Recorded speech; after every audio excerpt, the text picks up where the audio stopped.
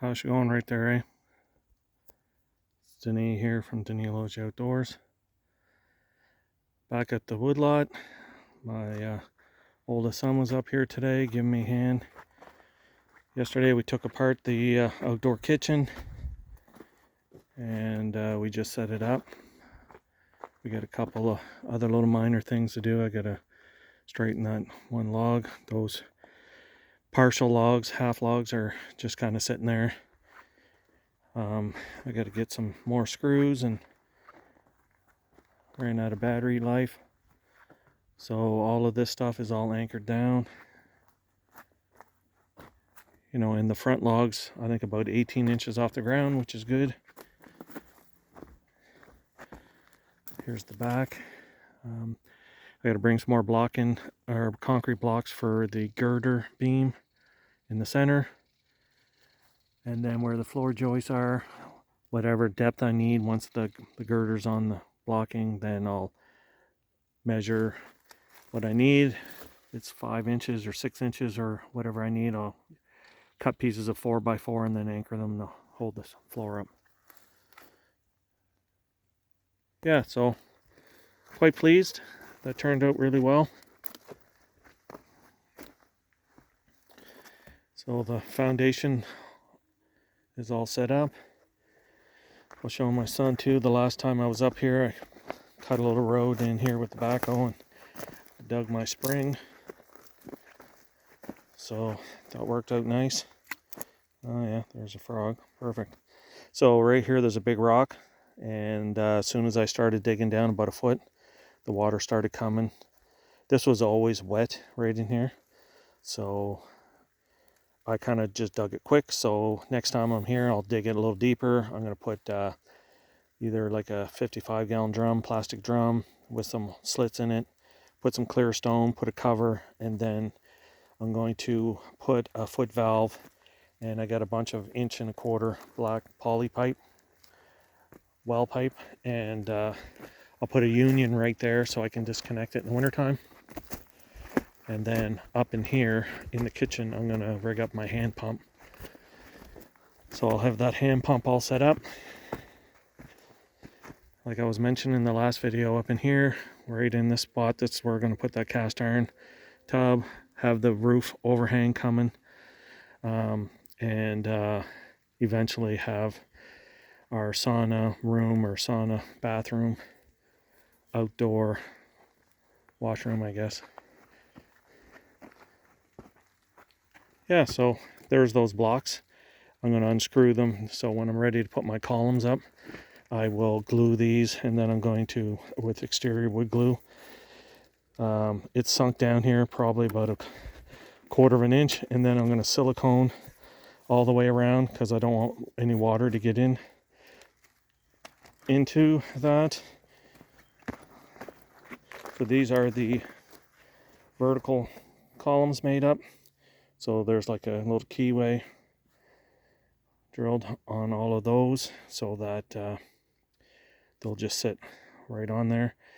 Then I will have a 6x6 on the very top.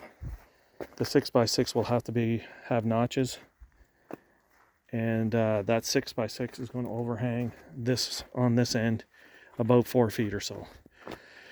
That's what I'm kind of thinking. I'm not sure exactly, because I don't want it to stick out too bad and look kind of funny. But like I was saying, eventually the cabin is going to have an overhanging roof out the back end, so I want to match it. And then right in here, this is where I was saying that I'm going to put the fire pit rocket stove. So down underneath here, all the way out, this is has been filled with rocks. So this whole back end is all rock. So I was half thinking I'll probably overhang probably about 2 feet and then a foot on the inside. So eventually the rock foundation will come right up flush with the floor, and then the floorboards are going to come and stop right up against that. And then this will all be built up to about waist high, and then that's where the rocket stove, barbecue kind of setup. It's going to be. Anyhow, it was good. It's glad to have the help with my son. Worked out good. Also, the last time I was up here, kind of laid out a little bit where the cabin site is. So this area here, that has been all trenched, and that has been filled with boulders all the way down to bedrock. So this is where the fireplace for the cabin's going to be right here, obviously. Anytime I get rocks, I just throw them off to one side and then I use them. This has been topped up again with more fill all the way out towards where the future timber frame kitchen later on is going to be. So once this kitchen's on the way, this cabin section, I'm hoping to get in here. I got to dig a big hole to put my crane in so I can lift the logs and get all my piers all set up, what I'm going to do. And I'm hoping to get my sill logs in by the fall, have this all squared up, and then I'm going to, this winter, I'll concentrate on doing the floor joists. And then if the weather's good, if I want to, or if I can mill a few more logs and continue with the log cabin, hopefully. We got set back a little bit. This took a little longer than I thought it was going to. And just with circumstances, things going on with family life and all that kind of stuff, basically the log cabin stuff all had to